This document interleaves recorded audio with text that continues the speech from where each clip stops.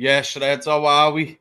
Just having a look at that intro there, and I hope I don't have to change the trophy lift at the end of the season. Frost. I'm telling you. But I hope you're good. Look, we've got a special guest with us today. I know some people probably won't be seeing it live as such because I haven't been able to promote it since Twitter's gone for a little scran and everyone's left the office or gone for a pint. But Lewis, how are we, fella? I'm all good, mate. Yeah, I didn't even realise Twitter was down. I was having a nice chilled afternoon until then. Lads, do you know what? Of all the times I wanted to promote the show, well, Twitter just decided to all go the boozer. But I mean, Millie, how are we? Yeah, all good. I mean, I feel like a bit pathetic because I feel like our limb's missing since Twitter's gone down. I don't know how I'm meant to check if anything's correct, but it's fine. It'll be up and running at snow time, I'm sure. Well, this is it. We've got a few people tuning in. Gary's in the house. Gary's been a bit more positive. He hasn't got anything on the end of Tally-O Reds. Not in slot today, anyway. Nicky's ask Lewis, what round does Jake twat AJ? That's a great question to start.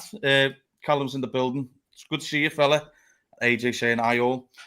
Lewis, do you know what? As we was talking to you today, you know, I'm a match goer, Millie's a match goer, and to some of the people that watch us, we've got like a Scouse therapy show, and you know, we talk to some match going things we do. But I want to know, Saturday, for instance, what does the life of a journalist, how does it look on a match day? Yeah, well, it's busy actually. It's busier than a lot of people think because you normally, I mean, the home games sound, but the away games, for example, I think our bosses sometimes think we click our fingers and rock up in Bournemouth. Do you know what I mean? I'd normally get to the stadium about 2.5 hours before, and they were. It's made. I mean, it sounds ridiculous, but just like sitting around talking to the other journalists, they give you a free lunch, which is better at some grounds than other grounds, should we say? I have to say, some of the best ones are not always. It doesn't always correlate with how big the club is, if that makes sense. And some of the big clubs put out quite bad scrans. But we're not going to name names because we're getting a free lunch at the end of the day. Well, name them now. I'm joking. The last couple of away games, Chelsea and City, they put on a really good scran actually. But yeah, so we do that. I do a bit of research, do a bit of planning. Normally do about 4 or 5 different things from a game in terms of work-wise. In terms of your standard match reports and all that, your player ratings, quotes pieces after the game, analysis pieces. I do a video for my YouTube,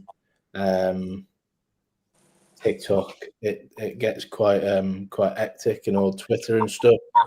So you're normally at the game for probably 2 hours after the game as well by the time you finish all the work. Yeah, because I see you put your video out after the game as well. I always tune in for that. It's good. Yeah. So Saturday, what is it? 3 o'clock kickoff. I'll probably get there about 12:30, 1 o'clock. And one of my best mates from uni is a Forest fan actually. So I've said to him we'll go for a few beers in town after. Just make sure you go after, not before. Every game, I have to be honest. I don't get a chance to do that every game, so that'll be nice. But there's loads of journalists in the press room, probably about 50 people in there. So it's a lot. Because obviously you have the away side journals coming up as well, don't you?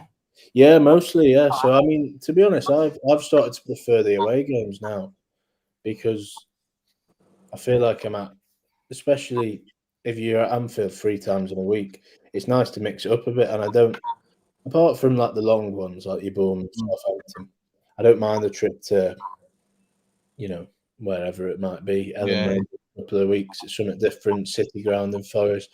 Brighton away, we did a Monday night kickoff. So me and Paul Gorse from Echo had a few beers in down by the beach before. That was good. So yeah, it's good. It's good. This is it, mate. Even for me, I go the home and aways when I'm in the country, if I'm not away. And obviously, I do the Europeans, so I always think the aways are great. Do you know what I mean? Certainly a lot more messier, should I say. A lot more activities going on. As I say, mate, and it's good to get out, isn't it, and do the same stuff. But it was something I wanted to ask you, actually, because, you know, I can imagine there's a lot that you have to do, and obviously getting there prepping. I couldn't imagine how much stuff you'd have to do. And the good thing is, you know, you're closer to the players than the fans. You know what I mean? With regards to being able to see them in the, what's that area called that they come out of? That's the mix zone. I forgot to mention that. Normally lingering around in there after the games. That way you'd end up getting like where was it last season? Was it Southampton away? We were waiting there, and Mo Salah came over to us.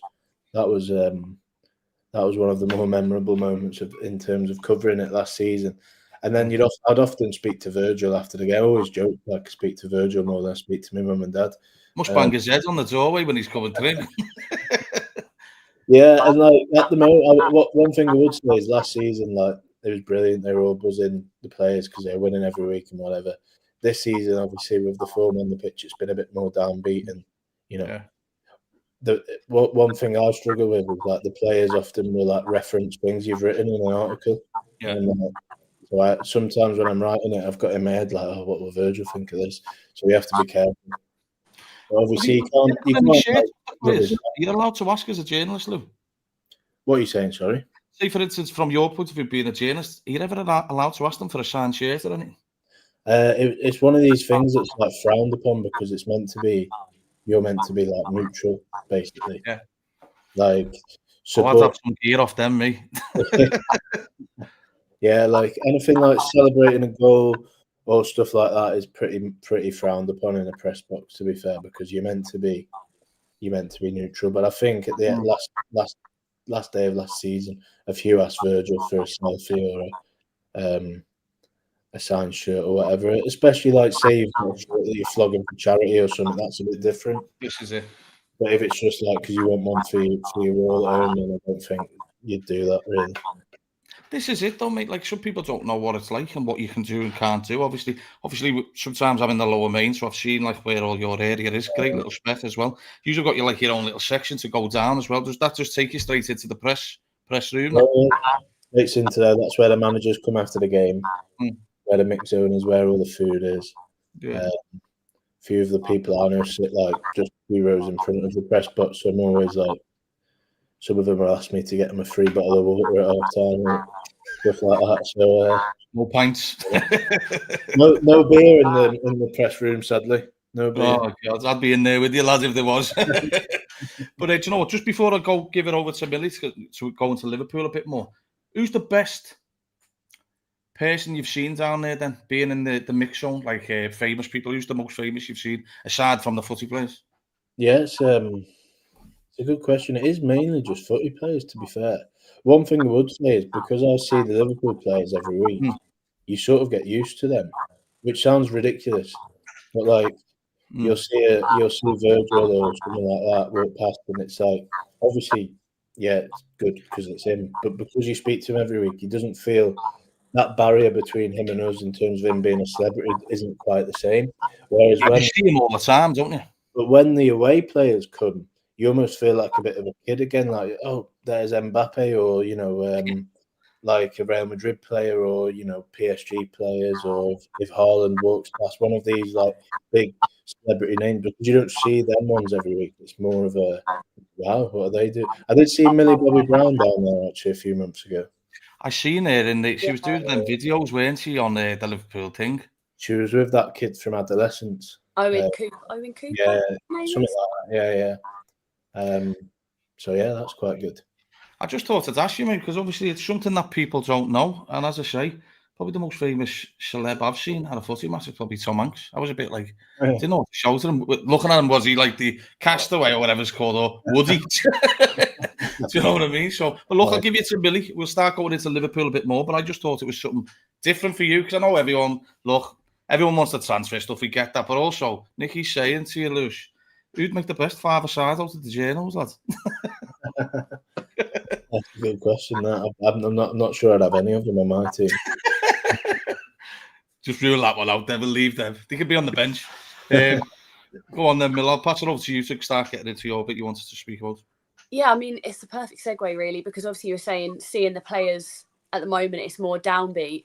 And we talk about it week in, week out over here. But from your perspective, over the first 11 games, how do you think Liverpool are doing, and how are the players internally reacting? Because we obviously see them come out and say such and such and put an Instagram statement out, but we don't really have that one-on-one contact with them. I mean, I think the players are certainly public facing. They're staying pretty level-headed with the bad form recently, as they were staying pretty level with the good start to the season when they won however many games it was at the start.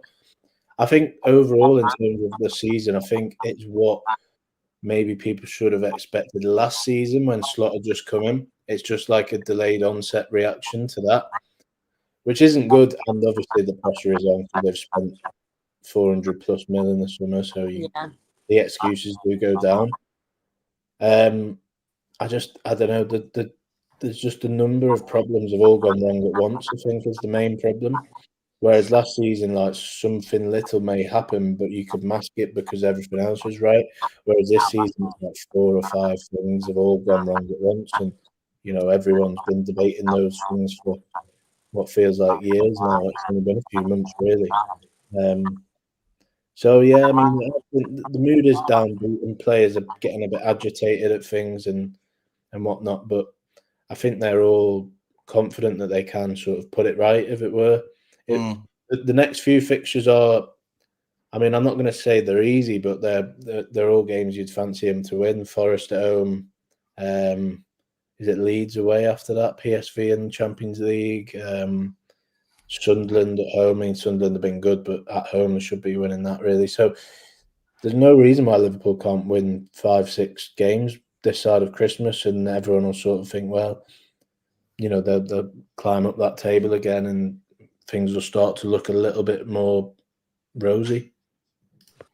We can only hope so, because it felt like an all-time high at the beginning of the season, and then it just nosedived a little bit. And I completely agree with saying I feel like we talk about it all the time, but it is just that he's a victim of his own success. Had he have not won the league in his first season, and he'd have had this season, we've all been fine with it. But I suppose we all just expect really high standards because that's the problem. Yeah, I think with regard to that though, Lewis, I'll just bring up Ross's comments here. You know yourself, Lewis, the criticism of players is massive in the media. Do you know? And obviously not yourself. I know that. Like, certainly, I know, for instance, the Isak stuff, that's been a heated topic with the Liverpool fans and obviously them down the road. But I mean, with regards to this one, I think this is a big topic within the Liverpool fan base. Personally, I think the criticism on Wirtz is a bit over the top. Now, what's your take on it? Because obviously you see him behind the scenes. To me, he looks like a fella that I know he looks very timid. He looks like a little boy, doesn't he? Really, Florian. I remember what was it, the Germany thing when you went to, all right, Florian or something, and he just went. Yeah. No, I think it has been a bit OTT, to be fair. I mean, I don't think he's been exempt from criticism. I think it's worth saying that. But I think the main thing from me, from the media point of view, is that people have to write things. So they have to find an angle. And if you just write a piece saying Wirtz has been okay, it's not going to, it's not going to make headlines the same. So I think people in the media are always ramping things up to make their own piece seem better. Now, I try to avoid that, to be honest. Like, if I was writing a piece about Wirtz, I would point out, yes, he's not been very good, but also these are the reasons why Liverpool believe that he will eventually, or in the next couple of weeks or months, become good. So I think there's been glimpses from Florian, but obviously I think, if Liverpool bought him for 20 million, no one would be saying anything. The fact they've paid over 100 million for him means every single move is analysed and overanalyzed, and people on the telly, on Sky, and everyone else will talk about it all the time. And I think that's just what happens when you buy a player for that much. But if you look at players over the last 10 years, not just at Liverpool, around the place who have come from the Bundesliga or abroad, not many of them have hit the ground running straight away. And quite a lot of the best players have taken 6 months or so to get going. So I think that's what we're seeing with Wirtz now. And I think if you ask me the same question in 12 months, we'll be having a completely different conversation about him. I think, mate, it's a difficult one, isn't it? The same with Isak, mate. What's he started 4 games, and he's judged. You can't be judging him. Do you know what I mean? Just let's be honest, mate. You go the home and aways like we do and stuff, and we've seen him destroy Liverpool. Do you know, he was the one player I thought that every time he played against Isak, for instance, he's putting it in top corners and stuff like that. I think on his debut was against Liverpool, wasn't it, at Anfield? Isak scores there, and one was, I think, disallowed as well, weren't it? But do you know what? I just want to bring to you the manager's list. I'm terrible with names here, so if I get this wrong, right, on some of these names, just correct me. But I know on a few that's what I spoke to you before, didn't I, with regards to the names. Sebastian Hoeneß from Stuttgart was one that was doing the rounds. De Zerbi again. He's been up a few times, hasn't he, in the name. Michel from Girona. Valverde, the Barca Bilbao fella, and Spalletti. Now, I brought this one up because obviously the manager is under scrutiny at Liverpool. I personally believe that. You obviously will know probably a bit more whether you could say or not it's different, and I don't expect you to.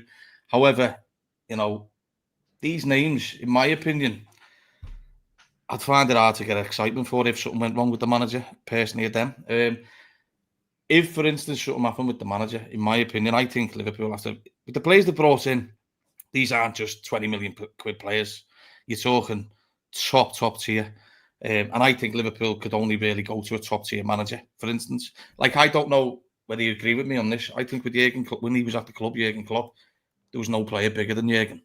And I think there is players at Liverpool are so big that maybe there is a bit of a thingy balance with regards to the manager and the players, which is understandable. I think anyone who comes in at Liverpool now is going to find it hard. But with regards to the names, out of them, which one would you say Liverpool really considered before? What sort of top three out of them would you say Liverpool discussed prior to Arne Slot? Yeah, I mean, so for the context on the names, it was like someone asked me a question: who would Liverpool go for if Slot was sacked? So I made sure to say that, like, from everything I hear from people at FSG, people at the club, 100% backing of Slot is like still the case. So that's not even a conversation. So really, it's only for fun. But these were names that cropped up in the research, the data things 18 months ago when Klopp announced he was going. So I sort of looked at those names and I thought none of them are better than Arne Slot. Even if he's had this bad run, even if the bad run goes on for another 5 games, I don't think any of them are as good as Arne Slot. Like De Zerbi's not done anything well since he's gone to Marseille, has he? Been shite. I think De Zerbi's one of these who, like, all the managers will say they love him, and he does play a good brand of football. But I think he's good for a team like Brighton or someone on the cusp of making that next step. He's not a big club manager. The only 3 managers out there that would even be worthy of considering. I mean, I can't think of any really.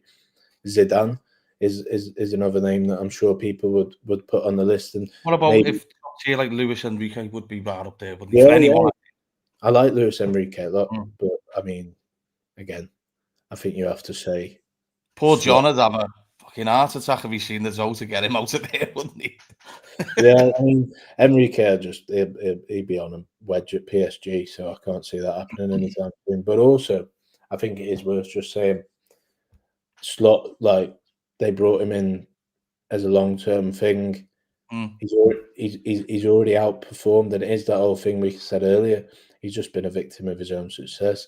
If he had this season, last season, and last season, this season, everyone would be saying he was a genius again. Which I think last season he proved himself. People can say, oh, he did it with Klopp's squad or whatever, but he still did it. Like, he still did what not many other managers in the history have done. So I think he's still got an awful lot of credit. He's made his mistakes and he's annoyed people with his excuses and his presses as well. But I think he's got an awful lot of credit still before you have to seriously ask questions about him. And I think mentioning that fixture run again, I think he will go on a bit of a run now, and this whole conversation will be put to bed a little bit. Yeah, it's a difficult one, isn't it? I think we can all agree, and I'm sure you can agree from the journalist point of view, Lewis, but now's the time where he's going to get judged, isn't it? Because these are winnable games. If Liverpool don't win these games, for instance, I'll be honest, I think there's not much wiggle room now for them, personally. And neither should they be. Doesn't matter if it's him or Enrique, Klopp, whatever it is. Any manager with these sets of games, you should be winning them. I go into every game at Liverpool, and I'm sure the journalists are all the same as yourself. You think Liverpool are going to win enough every game? Do you know what I mean? But certainly with the players they've got, if we're, for instance, Forest, with all due respect to them, but I expect Liverpool to be doing a number on Forest. Do you know what I mean? And a few goals. And I think part of the problem that I think with Slot, we spoke about it, Millie. We've said on here the football needs to look a bit better, I think, as well. Not only that, we need to not concede as many goals, because that has been just horrendous this season. I've never known us to concede so many goals consistently, match it after match after match. That's just, it drives me mad as a fan. Yeah, I think it's just one of them. But do you know what? Because obviously we don't want to keep it all day. Signings wise for January, I don't know where your thoughts are. Obviously, the name's coming up, Lewis. I know people will probably mention it in the comments. I'm not going through all the comments because we'll be here until 2028.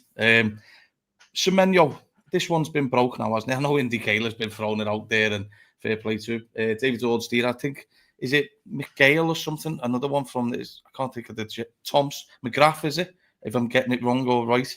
He's also mentioned it today with regards to Semenyo. I don't know what your thoughts are, what you can tell us on some of the views. Could you see Liverpool moving with regards to something like this? Yeah, I think that it's definitely one to keep an eye on in the next 6 or so months. Not necessarily saying it's not going to happen in January. I just would maybe urge a little bit of caution on that one. But I do think if Liverpool were alerted to the fact that someone else was on the verge of signing him, then they would pounce. Because we saw, what was it, 3-4 years ago, they did Diaz early. Tottenham weren't it? Didn't they have a deal agreed with them, and then Liverpool just jumped? Yeah, so they sort of lurked in the background on the Diaz deal and did that one early. So they definitely got history of bringing a transfer forward, as it were. And then you've got I know it's different, but in the summer, Newcastle were so close to signing Ekitike, and then Liverpool just came and went, nope, we're having him, thank you very much. So I think if a similar situation came up with Semenyo in January, I think definitely they'd go for him, because the main ones linked are Spurs, United, Liverpool. So, I mean, it's quite an easy decision if you're Semenyo, isn't it, really? Unless he's got some big desire to go and play for, I don't know, he might have been a United fan as a kid. I don't know his history there. It's crying out for this type of player, though. With me and Millie were talking about this yesterday. I think, Millie, from a fan's point of view, he'd be a cracking signing for Liverpool. I think one thing we can all agree on, he's not just limited to one position either. No, he'd be a great signing. And then, it's the problem is we didn't get that Diaz replacement. We sold him, and there's no one that's come in that can do what Diaz did. No one's saying he was a faultless player, but I do think everyone's getting excited about Semenyo. But I feel like the big one that everyone's crying out for is Mark Gay. Everyone wants to go in early in January. And I think if we were to make one signing in January and we could only have one, that would be my pick. As much as Semenyo excites me, it's that we need to strengthen at the back. I don't know if you agree. Is on the two, yeah. I mean, obviously, in an ideal world, you both. I got loads of shit in the summer when I said I did a thing saying Liverpool should be prioritising signing Mark Gay over a new striker, and at the time I was getting absolute pelters. But I was like, it didn't mean you don't sign a striker. I just mean if you're choosing between the two, you want that defender, because this is a bigger problem for me. Because I don't know what it is about Konate, but I just wouldn't. There's just something about him that's just not right for me. I'll tell you what he is. He's a fucking fool sometimes, lads, isn't he? You're in a safe space here. Do you know with that Man City game, lad? I knew we weren't doing well when Konate thought he'd be fucking funny to tackle Bradley. Do you know what I mean? There was that one, the one where Doku won the penalty, and Konate's Doku lost the ball, and Konate basically goes, "Oh, sorry, here you go, Doku, you can have it back." But anyway, yeah, I do think Gahey would be more of a important signing for me, and I do think he was so close to signing for in the summer. I think it was genuinely 99% done, and then it just fell apart. But I look at that and think Virgil van Dijk's had a brilliant fitness record for 2 years now. He has. Oh, you're only one Van Dijk injury away from it being a complete write-off of a season, because with Virgil got injured and you're looking at Konate and Gomez with no one in reserve, then that's quite scary. But Gay's a good signing, and I think obviously they'd try and do both, but they've already spent an awful lot of money, so it's whether they whether they can afford it, really. Do you see the club spending the money for Gay in January, though? Because I think that's everyone's main concern is, are they going to spend the money knowing he'll be free into the summer? I mean, we all think it's a priority. And really, for me, if they're asking 20, 25, 30 mil for him, it's not my money, obviously, but I would have no complaints paying that out because it's so important, I think, to the team to bring someone like him in. But I wonder if you have any whisperings of what the club's thought of spending that level of money on someone that will be free 4 or 5 months later. No, I think the noise from the club side is that they're not going to spend the money in January, but I just worry. But the noise from the club side in August the 28th or whatever was that they're not going to buy Isaac, and we all knew how that ended up. So it's just things like that. They've got to have though, Lewis, isn't it? They can't tell everyone we're walking around with the checkbook. Do you know what I mean? Yeah. But I also think it's not really the Liverpool way to spend 20 million on a player who's free in 6 months. But what's that 20 million if it brings you over the line to win the? I'm not saying they're going to come back and win the league or whatever, but they could go on and win the Champions League, could go and win the FA Cup. It could be, let's say they continue to have a bad form. It could be separates a top 4 finish or not, that sort of thing. Yeah. It could push them towards a title. We don't know how Arsenal and City are going to do second half of the season. And also in January last season, Real Madrid offered 20 million for Trent, and they said no because he's going to help us win the title. I sort of see it in the same way as that. Like, what's 20 million if he's going to help you win the title? Same with they turned down bids for Nunes in January last season. And because they said, well, he's going to help us win the title. Now we can all debate Nunes, but he scored a few goals off the bench, didn't he, in second half. Loads of balls on the Kop roof as well. But I mean, I think the fee that they got offered in January, I think, wasn't it bigger than the one they actually got in the end? I can't remember the numbers, but I'm sure it was bigger then. Yeah, I think so. But I think they forewent like 5 or 10 million to keep him for a bit, and he scored them goals away at Brentford. That's probably to them, it's worth more than that. 10 million, they get that like that, don't they? Do you know? I don't know whether the one thing as well as I thought to bring it up. Just obviously, we don't want to keep you all day, of course. Look, make sure you smash like, subscribe, people. Harvey Elliott, do you think there's something that he could return to Liverpool? Because at the minute, this Villa move's not doing him any favours, is it?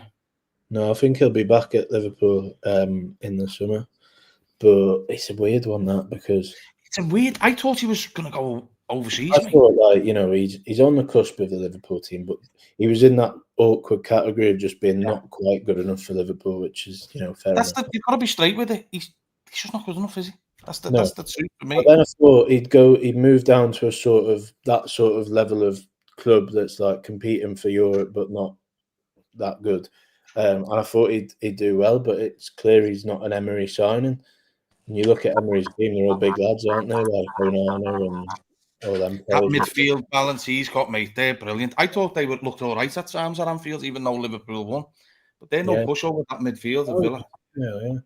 So I mean, there's a clause in the contract which means he can come back if he doesn't play 10. I think it's 10 starts, 10 games. I'm not sure, but yeah, it's not good for him. So it's a shame for Harvey, really, because he's a really nice lad. I've talked to him loads of times. Yeah. But yeah, I think maybe the Bundesliga or something like that would be better for him, Brighton or somewhere.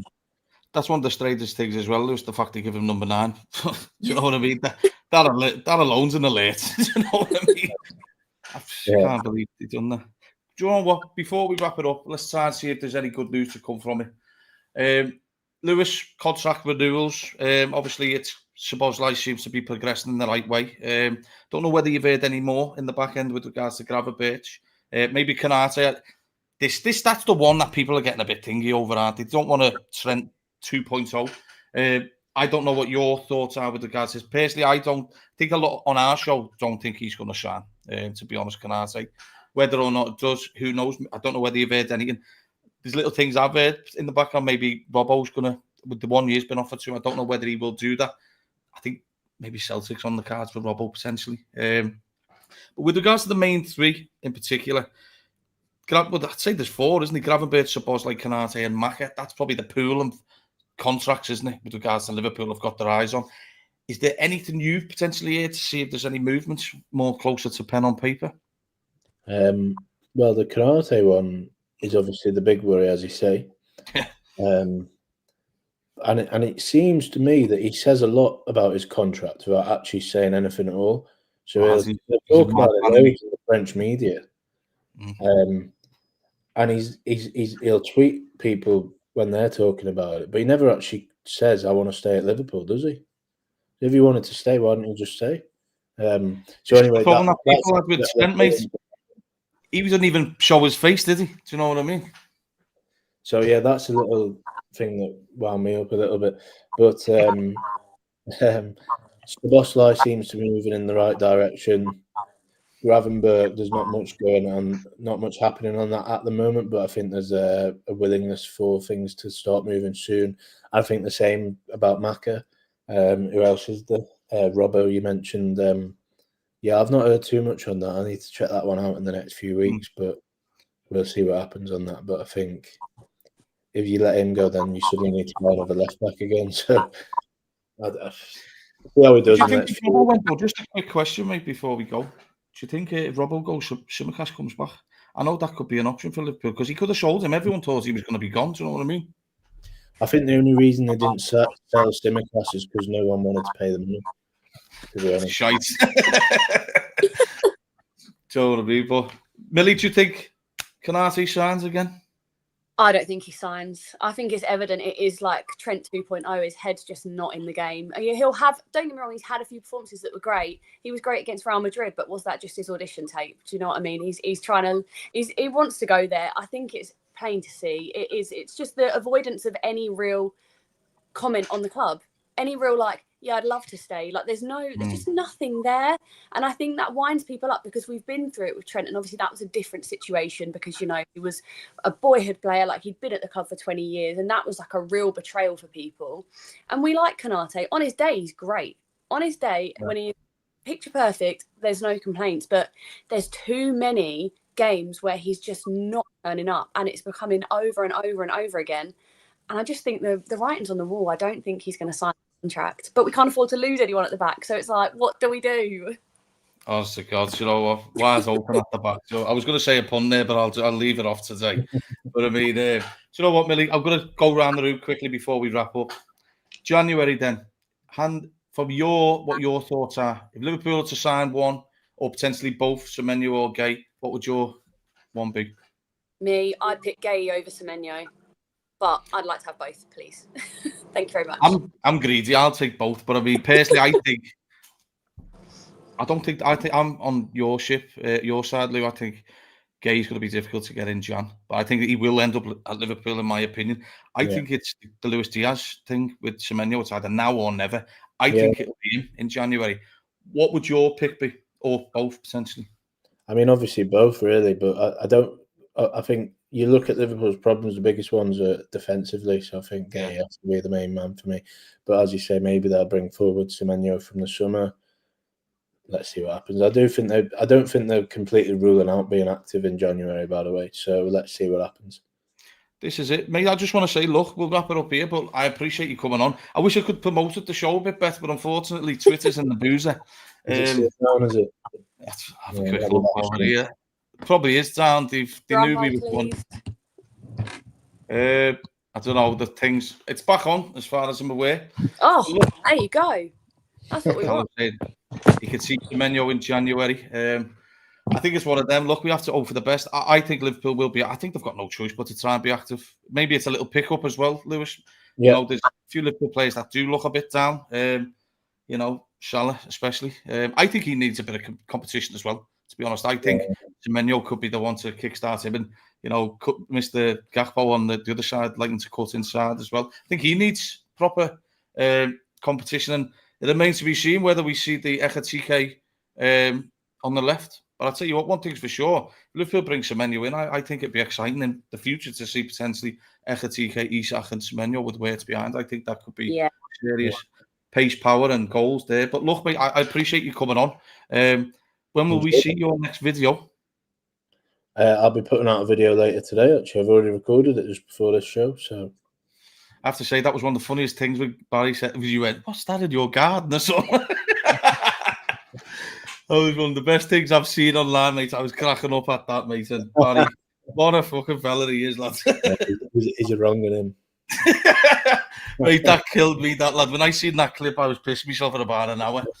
But I mean, look, thanks very much for coming on, mate. We'd love to have you on again when you're free. I know you're busy, but look, Reds, we've had a good sit down with Lewis. Me and Millie have gone through some stuff. Hopefully, there's some good news on the horizon. And like we said with you, Lou, Liverpool have got no excuse to start getting wins on the board, because if they don't, look for anyone in the job at Liverpool, time's ticking, do you know what I mean? But Reds, we will be back soon. See you in a bit. Up the Reds.